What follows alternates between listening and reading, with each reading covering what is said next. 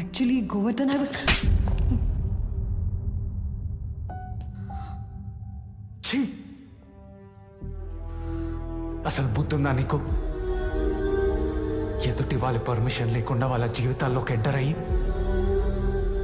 4 గోడల మధ్యలో ఉండాల్సింది నలుగురిలోకి లాగుతావా? తెలియని వాళ్ళ ఇంటికి వెళ్ళినప్పుడు మంచి నీళ్ళు కూడా అడిగి తాగుతాం. అలాంటిది ఏమొస్తుంది నీకు మా గురించి తీసి రాస్తే? ఓ డాక్టరేట్, 40,000 స్టైపెండ్. ఏం రాసావే మా గురించి?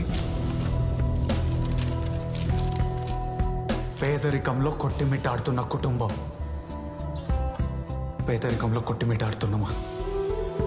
నేను చెప్పానా నీతో? అది కాదు. మాట్లాడకో.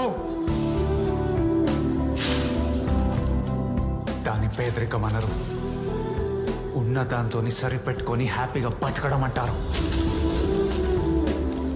మద్యానికి బానిసైన అన్నయ్య.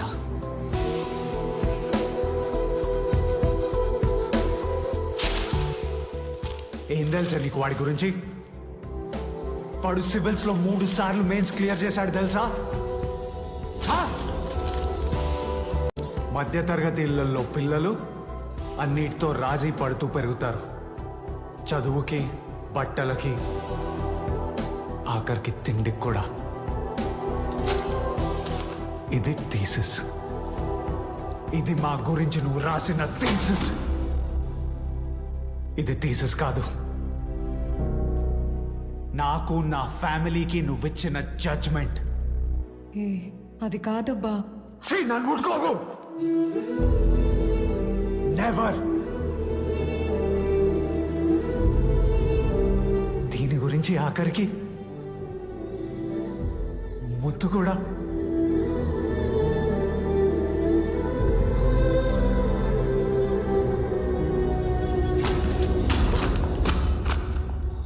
క్యారెక్టర్ పాట లేకుండా